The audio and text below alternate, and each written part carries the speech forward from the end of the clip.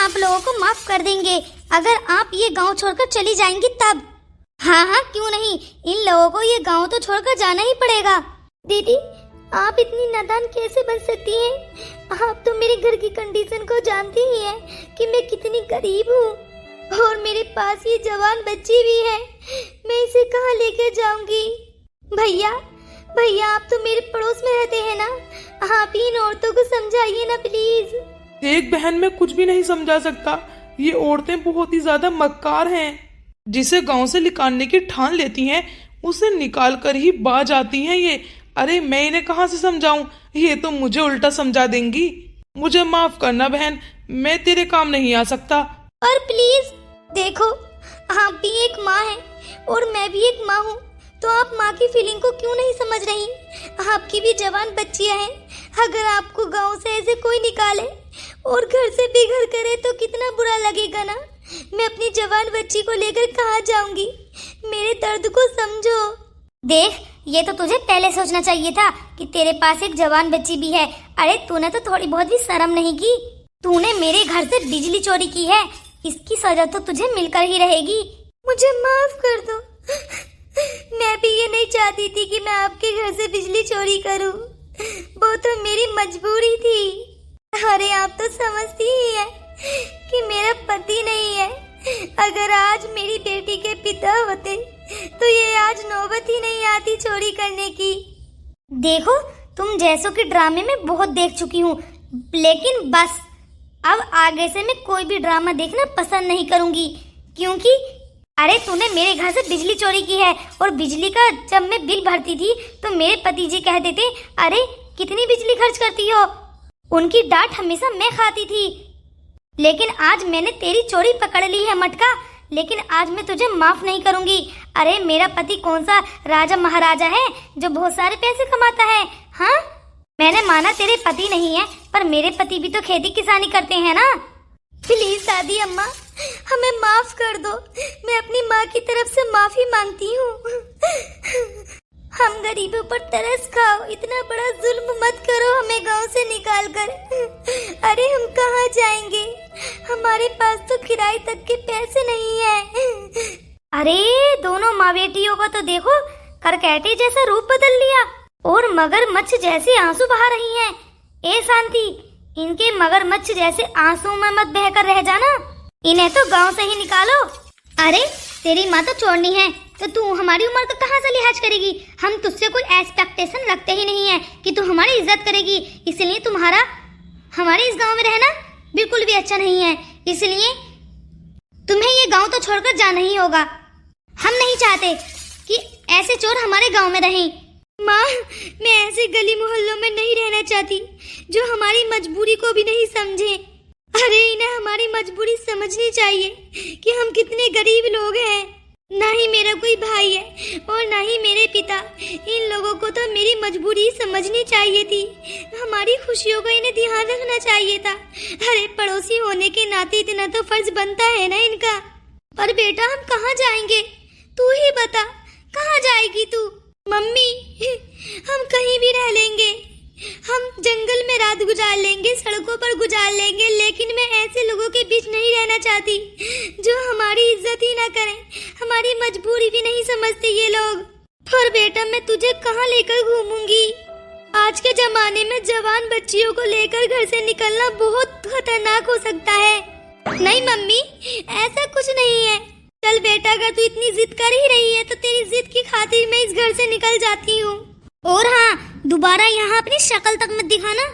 एक बात याद रखना आंटी जी, मैं वापस तो जरूर आऊंगी। और हाँ जो अब तक मेरी मम्मी ने बिजली चोरी की थी उसके पैसे चुकाने आऊंगी और इसी गांव में आकर एक अपना असली शान बंगला बनाऊंगी। देख रही है सीता इसकी कितनी जुबान चल रही है।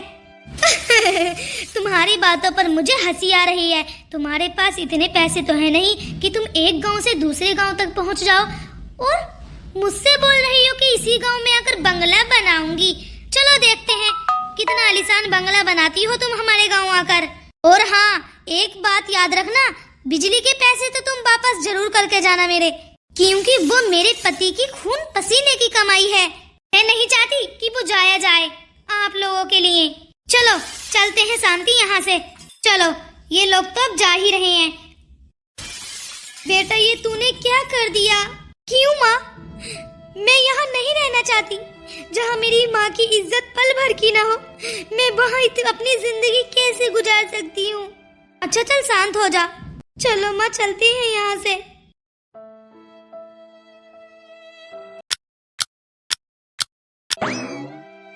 अरे भाभी, खाना कहाँ पर रखा है? मुझे बहुत जोरों की भूख लगी है। अरे देवर जी, मैं खाना कहाँ से बनाती? मेरे सर में बहुत ज्यादा दर्द हो रहा है, मुझसे तो उठा भी नहीं जा रहा। अरे भाभी, अगर आपकी तबीयत इतनी बिगड़ रही है तो आपने डॉक्टर को कॉल क्यों नहीं की? अरे देवर जी, मैं कॉल तो कर देती, पर मेरे फोन का बैलेंस खत्म हो गया था, जिसकी वजह से मैं फोन ही नहीं कर पाई। अरे भाभी, अगर आपके फोन का रिचार्ज खत्म हो गया था तो आप मुझे बोल देते, मैं कर देता। अरे नहीं नहीं, मैं तुमसे क्यों कराऊंगी भला? मैं अपने पति जी को फोन कर दूंगी, वो कर देंगे। अरे भाभी, भैया भी मेरे लिए कमाते हैं और आपके लिए, और मैं भी आप दोनों के लिए कमाता हूँ, तो फिर इसमें भैया ही क्यों करेंगे रिचार्ज? मैं कर दूंगा ना। अच्छा ठीक है, चलो कर दो।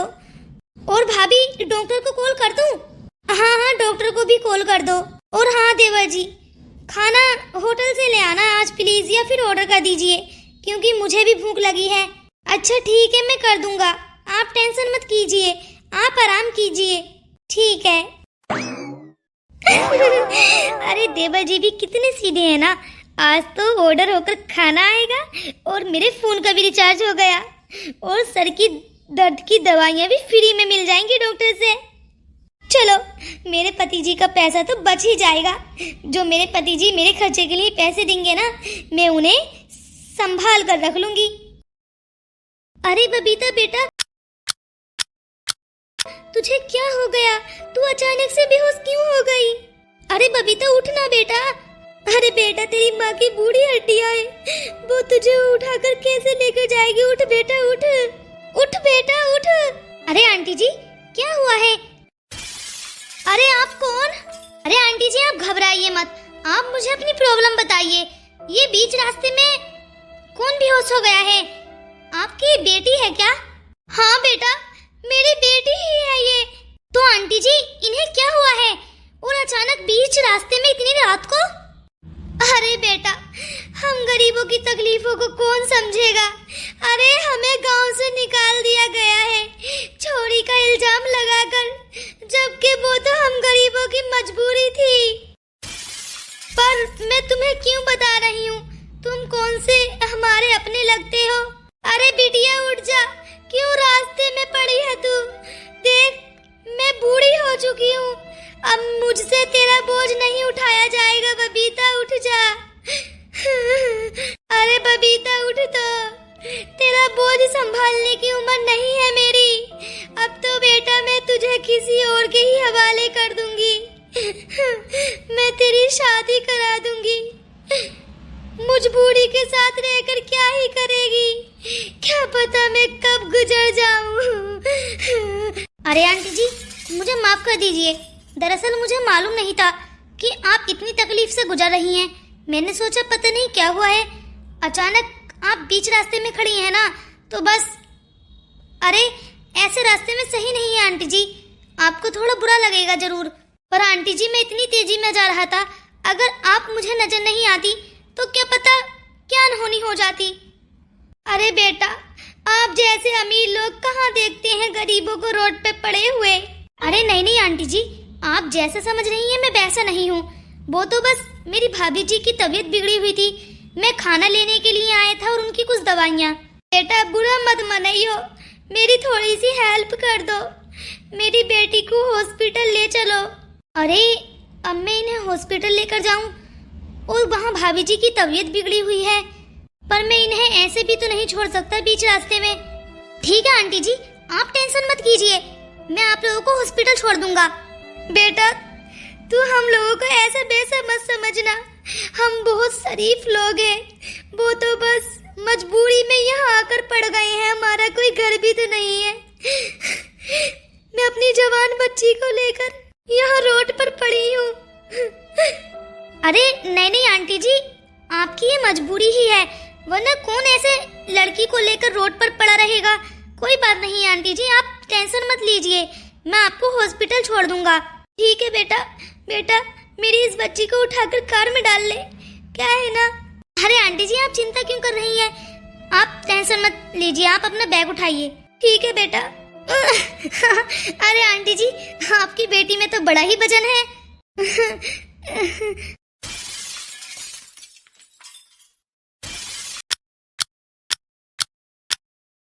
अरे वाह, आपकी पत्नी तो काफी सुंदर है। डॉक्टर साहब ये मेरी पत्नी नहीं है। क्या ये आपकी पत्नी नहीं है? हाँ डॉक्टर साहब ये मेरी पत्नी नहीं है। दरअसल बात ये है कि इनकी मम्मी और ये मुझे रोड पर पड़े हुए मिले थे। दरअसल ये बेहोश हो गई थी, तो इनकी मम्मी बहुत ज्यादा कमजोर हैं, जिसकी वजह से मुझे इन्हें यहाँ लाना पड़ा। ओह सॉरी सॉरी, मैंने सोचा ये आपकी पत्नी है। आपको पता है इतनी सुंदर पत्नी आजकल मिलती ही कहाँ है। सॉरी मेरा मतलब है लड़कियां। हाँ आजकल इतनी अच्छी लड़कियां ना अमीरों के पास नहीं है, गरीबों के पास ही मिलती हैं। मेरी इस बात को ध्यान रखना। इनकी खूबसूरती देखकर तो। अरे डॉक्टर साहब आप अपना काम कीजिए ना। अरे डॉक्टर साहब आप रो क्यों रही हैं? अरे अब मैं तुम्हें क्या ही बताऊं, इतनी खूबसूरत लड़की को देखकर बहुत अफसोस हो रहा है। क्या क्या हुआ डॉक्टर साहब? अरे इस लड़की को बहुत बड़ी बीमारी लग चुकी है। इसके पास कुछ ही समय का वक्त है। क्या? ये बताते हुए मुझे बहुत दुख हुआ। इतनी जवानी में इतनी बड़ी बीमारी कैसे लग सकती है। मेरी नर्स ने रिपोर्ट्स पढ़कर बताया कि इनके पास सिर्फ 6 महीने का वक्त है। इसलिए तो मैं इनकी खूबसूरती की तारीफ कर रहा था। इतनी खूबसूरत लड़की को ऐसी बीमारी कैसे? क्या? हाँ डॉक्टर साहब कोई तो रास्ता होगा, थोड़ी बहुत उम्मीद। एक ही रास्ता है। हाँ अगर तुम इन लोगों को साथ दो तो एक रास्ता जरूर निकल आएगा। वो है पैसों वाला रास्ता। अगर 10 लाख रुपए हों तो शायद ये काम हो सकता है। पर तुमने बताया ये आपको रोड पर मिली है तो शायद ये गरीब ही है, इसीलिए मैं बोल रहा था। पर मैं इनकी खूबसूरती देखकर इसलिए खुश था, मैंने सोचा शायद ये आपकी पत्नी है, आप तो इन्हें बचा ही लोगे। पर इस लड़की के तो ना ही शायद पिता है और ना ही भाई और ना ही पति। कौन बचाएगा इसकी जान? क्या तुम इन लोगों की मदद करना चाहोगे? मैं इतना कहाँ कमाता हूँ, मेरे पास तो 7-8 लाख रुपए ही हो जाएंगे।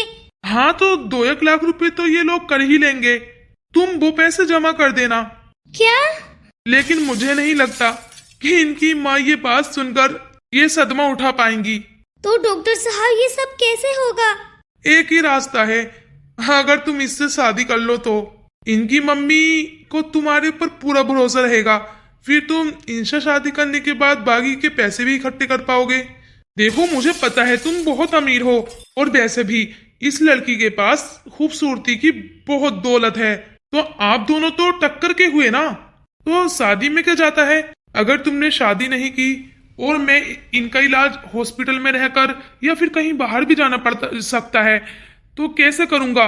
क्योंकि इनकी मम्मी को तो हम बता नहीं सकते, क्योंकि वो ऑलरेडी इतनी बीमार रहती हैं और इतनी कमजोर हैं, बुढ़ापा आ चुका है। तो शायद तुम इस लड़की की जिंदगी बचा पाओ। पर डॉक्टर साहब एक शादी ही रास्ता है क्या हमारे पास कोई और रास्ता नहीं है? देखो तुम शादी 6 महीने तक के लिए कर लो और बाकी फिर तोड़ देना जब ये बच जाए तो। अब वो तो इनका नसीब रहा, ये जी पाएंगी या नहीं। अगर इनकी जिंदगी नहीं भी हुई आगे की तो शायद ये अपने कुछ पल खुशी के गुजार पाएं, अपनी जिंदगी में जीवन साथी देख पाएं, उसका सुख देख पाएं। देखो मेरी भी एक बेटी है, मैं एक पिता होकर ये सब कुछ बोल रहा हूँ। मैं चाहता हूँ कि इस लड़की की जिंदगी में भी खुशियां आएं। अब बाकी का इलाज तो मैं करता ही रहूंगा।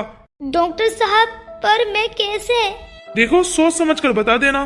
बाकी तो मैं इस लड़की को आज छुट्टी देने वाला हूँ नहीं, 2-3 दिन बाद ही दूंगा। बाकी तुम अपने घर वालों से पूछ लो। ठीक है। अरे डॉक्टर साहब मेरी बेटी कैसी है? आपकी बेटी बिल्कुल हेल्दी और तंदुरुस्त है, बस आपको थोड़ा सा ध्यान रखना पड़ेगा। उन्हें हॉस्पिटल में 1 महीने में 4 दफा लाना पड़ेगा। क्या? डॉक्टर साहब मैं एक गरीब औरत हूँ और अपनी बेटी को 1 महीने में 4 दफा कैसे ला सकती हूँ? मेरे पास तो 4 पुड़ियों तक के पैसे नहीं है। देखिए, ये आपकी बेटी की जिंदगी का सवाल है, बस मैं आपको इतना ही बता सकता हूँ।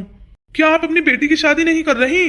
डॉक्टर साहब, सपने तो मेरी बच्ची बहुत देखती है, पर पता नहीं सच होंगे भी या नहीं। भला मेरी बेटी से कौन शादी करेगा?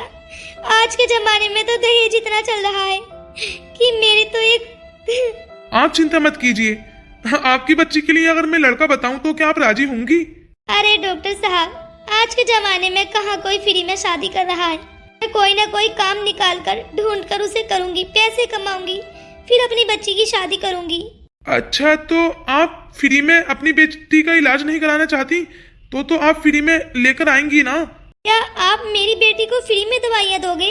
हाँ, फ्री में दे दूंगा, अगर आप 1 महीने में 4 दफा लाएंगी टेस्ट के लिए तब। पर मेरी बेटी को आखिर क्या हुआ है जो 1 महीने में 4 दफा आएगी? बताओ डॉक्टर साहब। अरे कुछ भी नहीं हुआ है। अरे डॉक्टर साहब, बबीता बेटा, बेटा उठ जा। लगता है नींद का इंजेक्शन लगाया है, तभी तो इतने सुकून से सो रही है। अब मैं कहाँ जाऊंगी? मैं भी इसके बिस्तर पर ही सो जाती हूँ। अरे मम्मी आप, अरे अरे मैं ये कहाँ आ गई? ये तो अस्पताल है, पर मम्मी को क्या हुआ है? मम्मी, अरे उठिए तो प्लीज। क्या हुआ? इतने सुकून की तो नींद आ रही थी इस बिस्तर पर। मम्मी आप ये बताइए, आप यहाँ बिस्तर पर कैसे और मैं? मुझे तो कुछ याद ही नहीं आ रहा। अरे तूने तो मुझे ही मरीज बना दिया है। अरे बेटा, मरीज मैं नहीं हूँ, मरीज तो तू है। वो तो बस मैं तेरे बिस्तर पर यूं ही लेट गई थी। पर मम्मी, मैं तो बिल्कुल ठीक थी और हमें तो गांव वालों ने घर से निकाल दिया था, तो फिर हम यहाँ अचानक हॉस्पिटल में। अरे मेरी गुड़िया, तू बेहोश हो गई थी सड़क पर भूख के मारे। अब तुझे जाकर होश आया है। तू ये बता, तुझे कैसा फील हो रहा है? अरे हाँ मम्मी, जब आपने फील करने का बोला तो मुझे अजीब सा फील हो रहा है। पता नहीं, अजीब कमजोरी। मुझे क्या हुआ है मम्मी? अरे बेटा तू बिल्कुल ठीक है। तू इस बात की चिंता मत कर। डॉक्टर ने बोला है कि 1 महीने में 3-4 दफा तुम हॉस्पिटल आ जाना। पता नहीं वो किस चीज की रिपोर्ट करेंगे। आपने मम्मी उनसे क्लियरली क्यों नहीं पूछा मैं हॉस्पिटल क्यों आऊं? मैं तो जवान लड़की हूं, मुझे तो कोई बीमारी नहीं लगी है, तो फिर मैं बार बार हॉस्पिटल आकर क्या ही करूंगी? और वैसे भी मम्मी, हमारे पास इतने बहुत सारे पैसे नहीं हैं कि हम बार बार हॉस्पिटल के चक्कर लगाते रहेंगे। और हाँ, मैं चूरन खाकर ठीक हो जाऊंगी। आप यहाँ से चलो। पर बेटा मेरी बात तो सुन। नहीं मम्मी, मुझे कुछ नहीं सुनना, आप यहाँ से चलो। अच्छा चल, तू बोल रही है तो मैं चलती हूँ।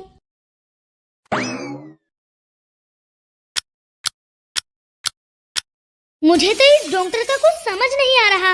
अचानक शादी की बात कर रहा है ये डॉक्टर। आखिर इस लड़की को कौन सा मर्ज लगा है जो शादी कर कर ही खत्म होगा? वैसे अगर डॉक्टर बोल रही है शादी का, खैर शादी तो इतना बड़ा इश्यू नहीं है। शादी तो मुझे करनी ही थी, और जब इतनी अच्छी लड़की मिल रही है तो क्यों ना करूं? अब मैं क्या ही बताऊं? मुझे तो अपनी जुबान से बताते हुए भी शर्म आती है कि भाभी मेरे साथ कितना बुरा व्यवहार करती हैं। वो हर टाइम मुझे नौकरों की तरह ट्रीट करती हैं, और तो और वो मुझे टाइम पर खाना भी नहीं देती हैं। कपड़े भी मैं ऑफिस से आने के बाद ही धुलता हूँ, और खाना तो कभी कभार मिलता है, वरना तो मैं होटल पर जाकर ही खाता हूँ। वरना वो तो सीधे ही बोल देती हैं कि आज मेरी तबीयत बिगड़ गई थी, आज खाने में ज्यादा। मैं भी इंसान हूँ, कोई बात नहीं, मैं भी शादी कर लूंगा। शायद यही मेरे नसीब में लिखा था, क्या पता शादी कर लूं तो उस लड़की का नसीब भी चेंज हो जाए, उसकी जान बच जाए। मेरे नसीब से उसका नसीब जुड़ जाएगा तो क्या पता मेरा नसीब भी चेंज हो जाए। और अगर मैं चाहूँ तो उसे पैसा दे सकता हूँ उसके इलाज के लिए, लेकिन अब मैं उसे पैसा नहीं दूंगा। मैं अब सीधा उस लड़की से शादी करूंगा ताकि उन लोगों की भी मदद हो जाए और मेरी जिंदगी में भी खुशियाँ आए। और मैं भाभी जी से कैसे बात करूं? भाभी जी शादी के लिए मानेंगी? अरे देवा जी, आप ये क्या बात कर रहे हैं? अरे भाभी आप। अरे देवा जी, जो मैंने सुना क्या वो सच है? आप शादी करना चाहते हैं? अरे एक दो दिन मैंने आपको टाइम पर खाना क्या नहीं दिया। आप तो शादी करने चले हैं और तो और मुझे बिना बताए। वाह देवा जी वाह, हाँ, आप तो बड़े छुपे रुस्तम निकले। अरे नहीं नहीं भाभी जी, आपने शायद गलत सुना है। वो मेरा दोस्त शादी कर रहा है ना, मैं बस उसी के बारे में जिक्र कर रहा था। ओह अच्छा अच्छा, मैंने सोचा कि आप शादी कर रही हैं और वो भी मुझे बिना बताए। अरे भाभी जी, आप मेरा दिनों रात इतना ख्याल रखते हो, मैं शादी क्यों करूंगा। और वैसे भी मेरी अभी इतनी उम्र नहीं हुई है, मैं अभी 22 साल का ही तो हूँ। हाँ, अभी करना भी मत। और वैसे भी तुम्हारे भैया ने 25 साल की उम्र में शादी की थी। अभी तुम 3 साल तक अपनी लाइफ एंजॉय करो और पैसे कमाओ। हाँ हाँ भाभी जी। अच्छा चलो मैं चलती हूँ। चलो, अभी तो देवर जी की कमाई मुझे 3 साल तक और मिलेगी। मैं बहुत सारा पैसे इकट्ठा कर लूंगी अपने लिए। वैसे भाभी जी सुनिए तो। हाँ देवर जी बोलिए। भाभी जी, मैं कह रहा था कि हम लोग एक नौकरानी रख लेते हैं। वो आपके घर का काम और आपका कर लिया करेगी, आपको खाना भी नहीं बनाना पड़ेगा। पर देवर जी, नौकरानी तो मैं रख लूं, पर उसके पैसे कौन देगा। अरे भाभी जी, मैं हूं ना, मैं दूंगा उसके पैसे। पर एक शर्त पर आने के लिए तैयार है वो नौकरानी। कह रही थी कि मेरी मम्मी को भी आप अपने ही घर में रखोगे। क्या? नौकरानी की मम्मी और हमारे घर में रहेगी? अरे भाभी जी, क्या है ना, वो लड़की बहुत ज्यादा गरीब है, उन्हें घर की भी जरूरत है, तो क्या ही फर्क पड़ता है। उसकी ही तो माँ है, उसका काम खुद क्या करेगी, हर एक कोने में पड़ी रहेगी। हमें क्या ही फर्क पड़ता है उन लोगों से, हमें तो बस काम चाहिए। हाँ देवर जी, ये बात भी सही है। चलो कोई बात नहीं है, अगर उसकी माँ भी साथ आ रही है, दोनों मिलकर हमारे घर की सारी साफ सफाई कर लिया करेंगी। हम थोड़े से पैसे और दे देंगे। हाँ हाँ, ये सही रहेगा। अरे देवर जी, आपको पता है मैं कितनी ज्यादा खुश हूँ। हमारे घर में अब नौकरानी काम करेगी, मुझे तो कोई काम करना ही नहीं पड़ेगा। बस भाभी जी, बहुत हो गए आपके ड्रामे और बहुत झेल लिए मैंने। इतना बुरा सितम तो कोई दुश्मन के साथ भी ना करे जितना कि आपने मुझे सताया है। पर अब आपकी कहानी यही खत्म। आने वाली है आपको तकरार देने वाली मेरी पत्नी। मैं उस लड़की का इलाज भी करा लूंगा और तो और मैं उसकी मदद करूंगा, तो क्या वो मेरी मदद नहीं कर सकती। अब लोग सोचेंगे कि कितना मतलबी है ना ये। अरे ये तो अमीर है, अमीर लड़की से भी शादी कर सकता है। पर मेरी भाभी मुझे करने दे तब ना। वो तो अपनी बहन की शादी मुझसे कराना चाहती हैं और मैं उनकी बहन को इस घर में आने नहीं दूंगा। उनकी वो ही काफी है मेरे लिए, और फिर उनकी बहन से मैं शादी कर लूं। अरे बहन है उनकी, उन्हीं पर गई होगी। हाँ, मैं करूंगा इनकी बहन से शादी। बहनें बहनें मिलकर मुझे तो जान से ही मार देंगी। भले ही गरीब हो लड़की, पर इज्जत करे, मान सम्मान दे, और तो और टाइम पर अगर पेट भरने वाली हो तो इससे अच्छा क्या है।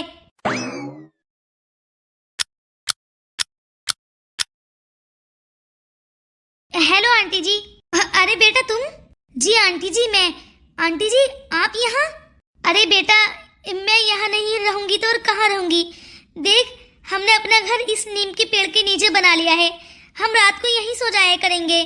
कम से कम ये पास पास में घर है ना, तो हम लोगों को डर नहीं लगेगा। और तो और इन सारे लोगों के बीच रहकर ऐसा महसूस होगा जैसे हम अपने ही गांव में रह रही हों। पर आंटी, आपको एक छत की जरूरत है।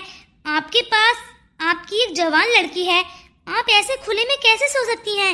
ये सही नहीं है आंटी जी। बेटा ये बात छोड़, तू बता तू यहाँ कैसे आया? अरे आंटी जी, मुझे बस कुछ काम था अपने दोस्त से। मेरा दोस्त यही इसी गांव का है ना, तो बस मैं यहाँ चला आया उसके लिए। तो मैंने आपको देखा, मैंने सोचा एक दो बात कर लेता हूँ। आपकी बेटी की तबीयत कैसी है? अरे क्या बताऊँ मैं अपनी बेटी की तबीयत के बारे में। डॉक्टर ने बोला है कि 1 महीने में 4 दफा आना है। अब तुम ही बताओ, मेरे पास इतने पैसे कहाँ हैं? तुम्हें पता है मेरी बेटी ने क्या जवाब दिया ये सुनकर? बोल रही थी कि मैं हकीम जी की पुड़ियाँ खाकर ही ठीक हो जाऊंगी, मुझे नहीं काटनी इन हॉस्पिटल्स के चक्कर। पर आंटी जी ऐसे कैसे? जब डॉक्टर ने बोला है तो आपको उन्हें लेकर ही जाना चाहिए। हाँ देखूंगी। पर बेटा तू बता, तेरा सारा काम हो गया? आंटी जी एक बात पूछूं, अगर आप बुरा ना मानो तो? हाँ हाँ पूछना। आंटी जी आप बहुत अच्छी हैं, आपने मुझे अपना बेटा बनाया। तुझे पता है, मैं सोचती हूँ जब मेरी बेटी की शादी होगी तो मेरा जमाई भी बिल्कुल ऐसे ही होगा। आंटी जी एक बात बताऊं, मैं भी यही सोचता हूँ।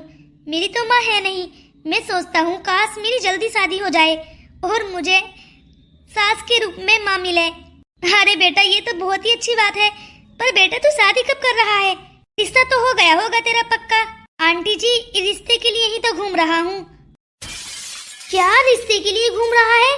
पर क्यों बेटा, तेरे घर वाले क्या तेरा रिश्ता नहीं करा रहे? अरे आंटी जी यही तो प्रॉब्लम है, मेरी भाभी जी मेरी सुनती ही कहाँ है।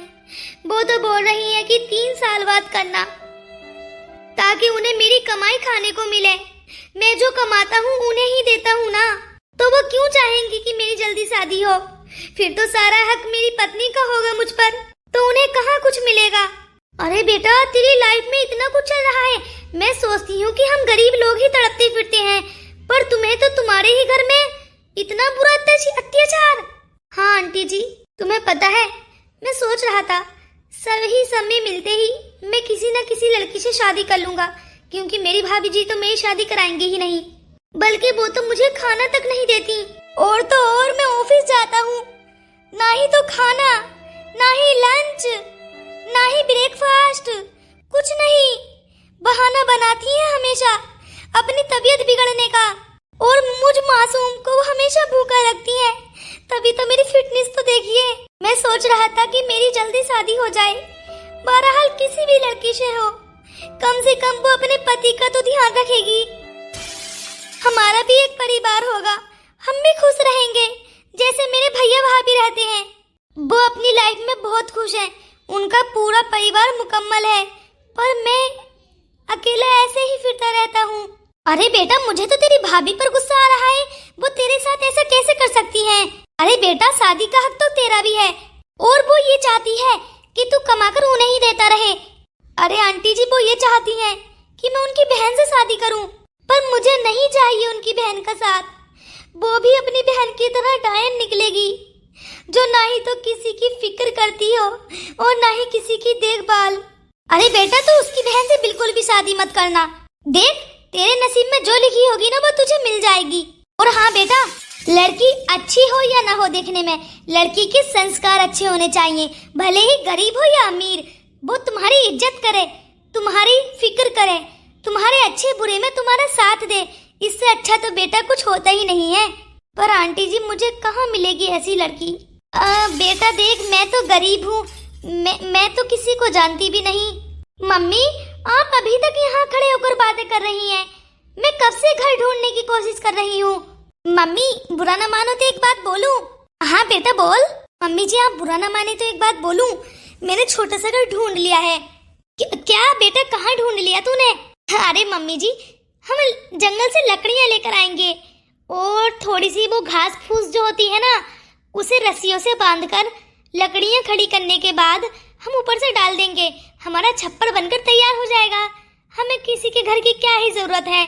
और आपको पता है मम्मी, और हमें उस घर का किराया भी नहीं देना पड़ेगा, और जब हमारा मन करेगा तब आएंगे, जब मन करेगा जब जाएंगे। हम उस घर के मालिक खुद होंगे। पर बेटा लकड़ियाँ काटने के लिए तो हमें कुल्हाड़ी की जरूरत पड़ेगी, जो कि हमारे पास है नहीं। अरे मम्मी जी जब ये आइडिया आया है तो जुगाड़ भी हो ही जाएगा। आंटी जी अगर आप बुरा ना मानो ना तो मैं आपको एक बात बोलूं? हाँ हाँ बेटा बोल। वैसे आप मुझे अपना बेटा मानती हैं, क्या आप अपने बेटे के लिए कुछ करेंगी नहीं? हाँ हाँ बेटा बोल तो। आंटी जी आप मेरे घर चलिए ना, मैं आपको अपने घर रखूंगा। अरे आप घबराइए मत, मेरे घर पर मेरी भाभी भैया भी रहते हैं, मैं अकेला ही थोड़ी ना हूँ। और आप उसे अपना ही घर समझना, ना ही तो आपको किराया देना पड़ेगा और ना ही आपको खाने पीने की टेंशन लेने की जरूरत है, वो सब कुछ मैं लाया करूंगा। अरे बेटा तेरी भाभी, अरे आंटी जी आप भाभी की चिंता क्यों कर रही हैं? मम्मी हाँ बेटा बोल। अरे मम्मी ये लड़का कौन है? अरे बड़ी ही मतलबी और एहसान फरामोश लड़की है तू।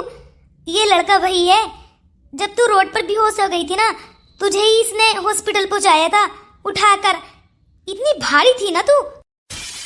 क्या मम्मी जी उठाकर? हाँ उठाकर। और क्या तुझे खिचेड़ कर लेकर जाता? क्या? अब थैंक यू तो बोल ही दे, थोड़ा सा आ ही गया है तो अब। और वैसे भी बेटा देख ले, हमें अपने घर लेकर जाने के लिए भी तैयार है। देख बेटा इससे अच्छा मौका नहीं मिलेगा। देख हम इसके घर में बहुत सारा काम करेंगे, तो शायद ये हमें थोड़े से पैसे भी दे दे जिससे मैं तेरा इलाज कर सकूं। हेलो हाय, कैसी हो अब आप? मैं बिल्कुल ठीक हूँ। आप बताइए, आप कैसे हो? मैं भी बिल्कुल ठीक हूँ, तभी तो आपके सामने खड़ा हूँ। और मैं भी।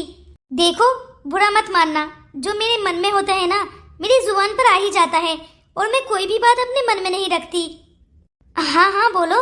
अगर आपको नौकरानियों की ही जरूरत है तो साफ साफ बोलो ना कि मुझे एक गरीब नौकरानी चाहिए, मुझे अपने घर का काम करवाना है, इसीलिए तो हम तो खुद राजी हैं आपके घर के नौकर बनने के लिए, क्योंकि हमें पैसों की बहुत जरूरत है। और शायद मेरी मम्मी को आपसे ज्यादा ईमानदार कोई नहीं मिलेगा, क्योंकि वो आप पर भरोसा करती हैं। आपने मेरी जान बचाई है इसीलिए। नहीं, ऐसी बात नहीं है, मुझे नौकरानियां नहीं चाहिए, बस मुझे तो आपका साथ चाहिए। क्या साथ? मेरा मतलब है हाँ, नौकरानियां ही चाहिए। वो क्या है ना, मेरी भाभी जी मुझे वरना घर से निकाल देंगी अगर आप दोनों मेरे साथ नहीं चले तो। क्या मम्मी हमें इसके साथ चलना चाहिए? अरे बेटा, इसने हमारी इतनी मदद की है तो हम क्यों नहीं चले इसके साथ? अच्छा ठीक है, पर आप हमें 1 महीने में 10,000 रुपए देना, फिर हम आपके घर में हमेशा के लिए रह लेंगे। हाँ, यही तो मैं चाहता हूँ, हमेशा के लिए रहें आप। अरे सॉरी, मेरे मुंह से हमेशा के लिए निकल गया। वो क्या है ना, हमें जब तक हमारे पास बहुत सारे पैसे नहीं हो जाते, जब तक हम आपके घर में काम करते रहेंगे, क्योंकि हमें अपना एक अच्छा सा आलीशान घर भी तो बनाना है, जो मैंने पहले गांव में वादा किया था बूढ़ी आंटियों से, मुझे उसे पूरा भी करना है। और उस वादे को निभाने के लिए मैं आपके साथ चलने के लिए तैयार हूँ, और मेरी मम्मी भी। हम दोनों बहुत ही मेहनत से आपके घर में काम करेंगे। ठीक है, आप मेरी कार में जाकर बैठिए, मैं अभी आता हूँ। Thank you. ये फिलहाल मेरे घर में एंटर कर जाएं एक दफा, फिर मैं इन्हें कभी आने ही नहीं दूंगा। और रही शादी की बात, वो तो मैं वहां रहकर मना ही लूंगा। और वैसे भी जब ये लोग हमारे घर में रहेंगे तो मैं इन लोगों को थोड़ा धीरे धीरे जानूंगा भी, और ये मुझे जानेंगी, ताकि फिर शादी जैसा फैसला करने में हमें कोई दिक्कत ना हो। मेरी भाभी जी तो हैरान ही हो जाएंगी जब उन्हें पता चलेगा नौकरानी की भेष में तो महारानी निकली घर की। दोस्तों, आपको एक इंटरेस्टिंग बात बताऊं, सेकंड पार्ट इतना ज्यादा इंटरेस्टिंग होने वाला है, बहुत ही ज्यादा। अगर आप लोग कमेंट्स करेंगे ना तो मैं सेकंड पार्ट जरूर बनाऊंगी। और तो और सेकंड पार्ट में इतनी हसीन लाइफ देखने को मिलेगी, आपने अभी तक कहीं नहीं देखी होगी। तो जल्दी जल्दी कमेंट्स कीजिए सेकंड पार्ट के लिए।